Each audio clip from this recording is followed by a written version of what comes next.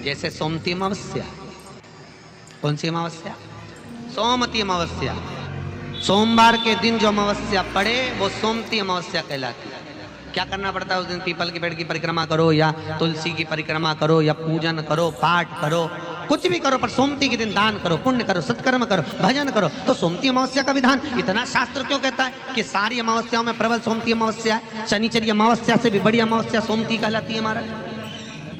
तो कहा उस दिन सारे जितने भी ग्रह हैं, जितने भी ग्रह, सारे ग्रह चंद्रदेव के साथ मिलकर भगवान शंकर की आराधना में डूबते हैं। और भगवान शंकर की आराधना में डूबते हैं तो उस दिन जो किया हुआ दान पुण्य सत्कर्म है वो हमारे, आप लोगों को मालूम होगा, पितरों की 3 गतियां, पितर, आहूत, वासुक। कितने? 3। गर्भ में जो चले गया आहूत है, कुमारी अवस्था में गया जिसकी शादी नहीं हुई, आहूत। पितर अधोगति में अचानक, बहुत सारी तमन्ना थी, बहुत कुछ करना चाहता था और अचानक चले गया, मर गया, पितर गिनती में। वासुक जो एक्सीडेंट आदि, फांसी, सुसाइड, वासुक। 3। शास्त्र कहता है सोमती अमावस्या के दिन ये तीनों आहूत, पितर, वासुक, जहां पर घर की कुल की माता पीपल की परिक्रमा करती है या तुलसी की परिक्रमा करती है या पूजन करती है या दान करती है सोमती अमावस्या के दिन, तो ये तीनों को उसका भाग प्राप्त हो जाता है और तीनों तर जाते हैं। फिर उनको पिंड की जरूरत नहीं पड़ती महाराज, उनको तर्पण की जरूरत नहीं पड़ती। इसलिए सोमती अमावस्या का क्रम हमारे हिंदू धर्म में ज्यादा वर्णित किया। पीपल के वृक्ष के नीचे पितरों की शांति है तो कितने चावल के दाने चढ़ते हैं? अगर कोई ब्राह्मण ने कह दिया तुम्हारे यहाँ पितृ दोष है, 1 रुपया कमाते हो, 1.25 रुपये खर्च होता है, तुम्हारे पास में पैसा टिकता नहीं, तुम्हारे यहाँ पितरों का दोष है, तो तुम 1 चावल का दाना अगर आप कहे कि पीपल के वृक्ष के नीचे अपना दिया लगाओ, पीपल के वृक्ष के नीचे आप जल चढ़ाओ या महादेव के मंदिर में 1 लोटा जल चढ़ाओ, तो हम कहते हैं ना कि प्रदोष के दिन बेलपत्री का वृक्ष, पीपल का वृक्ष, आंवले का वृक्ष, बड़ का वृक्ष या शंकर का शिवालय, फिर से सुन लेना, पीपल का वृक्ष, बेलपत्र का वृक्ष, आंवले का वृक्ष, बट का वृक्ष या फिर शंकर का, जम के बोलो, शिवालय। शिवालय का मतलब शंकर का मंदिर या शिव। प्रदोष के दिन अगर आपको लग रहा है कि हमारे यहाँ पितृदोष है, बहुत तकलीफ चल रही है, बहुत कोई ने कहा पितृदोष है, कोई कह रहा है पितरों का, तुम्हारे यहाँ ये तकलीफ है, पितरों की ये तकलीफ है, पितरों की वो तकलीफ है, पितरों की ये तकलीफ है, बार बार अगर कोई कह रहा है तो फिर आपको उसमें स्मरण करना पड़ेगा कि हम चावल के कितने दाने भगवान शंकर को समर्पित कर दें कि भोलेनाथ हमारे पितरों को तृप्त कर दें। हम तृप्त नहीं करेंगे, हमारी सामर्थ्यता नहीं है कि हम पितरों को तृप्त कर सकते। आप में से कोई है जो पितरों को तृप्त कर सकता है? संसार में कोई नहीं जन्मा जो अपने पितरों को, अपने पूर्वजों को तृप्त कर दे। गया जी का पिंडदान कर लो, तर्पण कर लो, तिलांजलि दे दो, घर में ब्राह्मण भोज करा दो, साधु भोज करा दो, संत भोज करा दो, तुम दुनिया भर का सारा 50 काम कर लो, उसके बाद भी तुम पत्रिका किसी को दिखाओगे तो वो भी कह देगा तुम्हारे यहाँ, फिर वापिस कहेगा कि पितृ दोष है।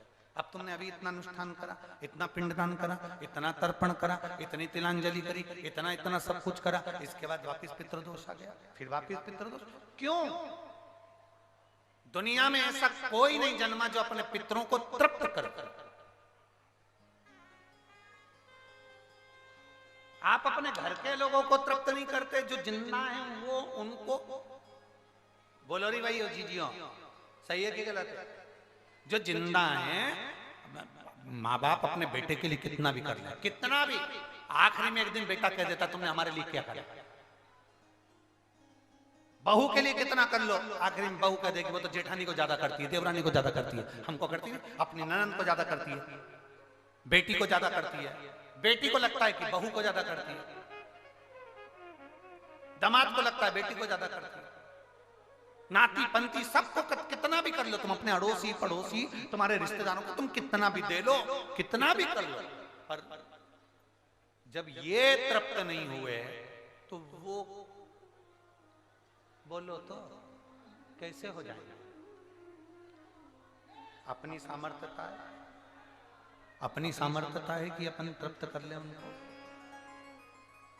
अपनी कोई सामर्थ्यता नहीं है कि अपन पितरों को तृप्त कर ले, या अपनी सामर्थ्यता के अंतर्गत नहीं, ये अपनी सामर्थ्यता नहीं है कि हम अपने पूर्वजों को अपने पितरों को तृप्त कर। तृप्त कौन करेगा?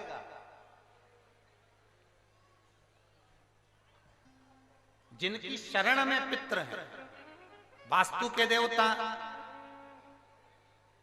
भगवान शंकर, काल सर्प दोष के देवता भगवान शंकर, जितने दोष होते हैं पितृ दोष के देवता भगवान शंकर, तो हम तृप्त नहीं कर सकते। अगर इनको तृप्त करेंगे तो देव अधिदेव महादेव करेंगे। आप 7 चावल के दाने, या तो पीपल, बेलपत्र, प्रेशर गला पकड़ रहा हल्का सा, पीपल, बेलपत्र, आंवला, बटवृक्ष या फिर शिवालय, प्रदोष के दिन 7 चावल के दाने आप इन जगह में से कहीं पर भी अगर आप समर्पित कर देते हैं तो उसके बाद आप जो जिंदगी जी रहे हैं, और 3 महीने फिर आप अंदाजा लगा कर देखना कि आपने जो 7 चावल के दाने इन स्थान पर अगर आपने समर्पित करे तो उसका फल पितरों को मिला कि नहीं मिला, और उसका फल हमें प्राप्त हुआ क्या। ये वो स्थान है जहां प्रदोष के दिन 7 अक्षत चावल का दाना भी हमारे पितरों को, पूर्वजों को तृप्त कर देता है। कौन कौन सा स्थान वापिस बोलेंगे सभी लोग? पहला पीपल, दूसरा बेलपत्र, तीसरा आंवला, चौथा बटवृक्ष और 5वां शिवालय, शंकर भगवान का स्थान। अब इसको समझना आपके ऊपर निर्भर है। समर्पित शिव कथा कर, आपने सुना, सुनने के बाद आपने धारण किया, धारण।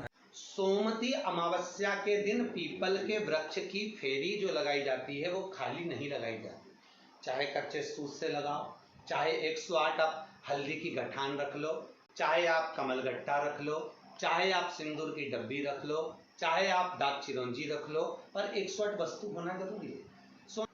सोमती अमावस्या का फल ही यही है कि जिन वर कन्या का विवाह नहीं होता, जिन लड़का लड़की का विवाह नहीं होता, जिन पति पत्नी में आपसी में टकरार चल रहा हो, अदालत तक बात पहुंच गई हो, जिस घर में शांति नहीं रह रही हो, आपस में क्लेश बड़ा मचा हो, ऐसी हो गया मन में कि अब ये तनाव बहुत बढ़ गया है, संबंध टूट जाएगा, तो निवेदन है सोमती अमावस्या के दिन आप भी सोमती अमावस्या के दिन पीपल के वृक्ष के नीचे जाकर उस पीपल की पूजन कर कर उस पे कुंकु सिंदूर चंदन समर्पित कर कर कच्चे सूत से 7 परिक्रमा करिए।